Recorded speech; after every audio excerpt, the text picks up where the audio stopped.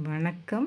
இன்னைக்கு நம்ம என்ன அழகு குறிப்பு பார்க்க போகிறோன்னா, முடிக்கான அழகு குறிப்பு தாங்க பார்க்க போகிறோம். இன்றைக்கி உள்ள ஜென்ரேஷன்ஸ் எல்லாத்துக்குமே முடி உதிர்வுன்றது அதிகமாகவே இருக்குங்க. குழந்தைகளாகட்டும், பெரியவங்களாகட்டும், ஜென்ஸாக இருக்கட்டும், லேடிஸாக இருக்கட்டும், எல்லாத்துக்கும் இந்த முடி உதிர்வு பிரச்சனை இருக்குங்க.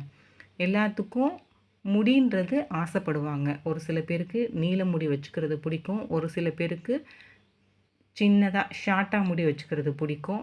ஆனால் எல்லாருக்குமே முடி அடர்த்தியாக இருக்கிறது தாங்க ரொம்ப பிடிக்கும். இப்போ உள்ளவங்களுக்கு அது தாங்க இருக்க மாட்டேங்குது.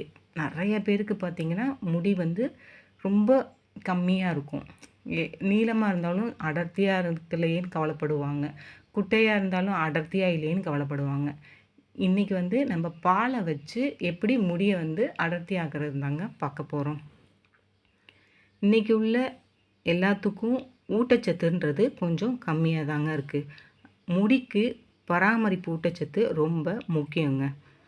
தலைமுடியை பாலை வச்சு எப்படி ஊட்டச்சத்து உள்ளதாக மாற்றலான்னு தாங்க பார்க்க போகிறோம். பாலில் ஏராளமான புரதச்சத்து, கால்சியம் சத்து மற்றும் விட்டமின் சத்துக்கள்லாம் இருக்குங்க.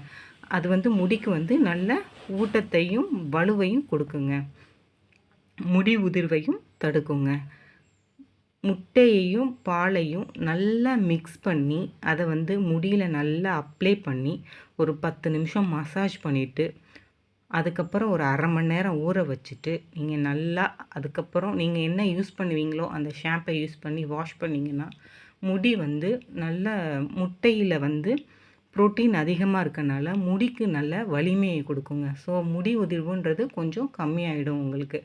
அதனால் இதை வாரத்துக்கு ஒரு டைம் ட்ரை பண்ணி பாருங்கள். முட்டையையும் பாலையும் நல்லா மிக்ஸ் பண்ணி முடியில் நல்லா அப்ளை பண்ணி அரை மணி நேரம் ஊற வச்சு அதுக்கப்புறம் வாஷ் பண்ணிங்க. உங்களுக்கு முடி உதிர்வு ரொம்ப கம்மியாகும். ட்ரை பண்ணி பாருங்கள். தேங்க்யூ.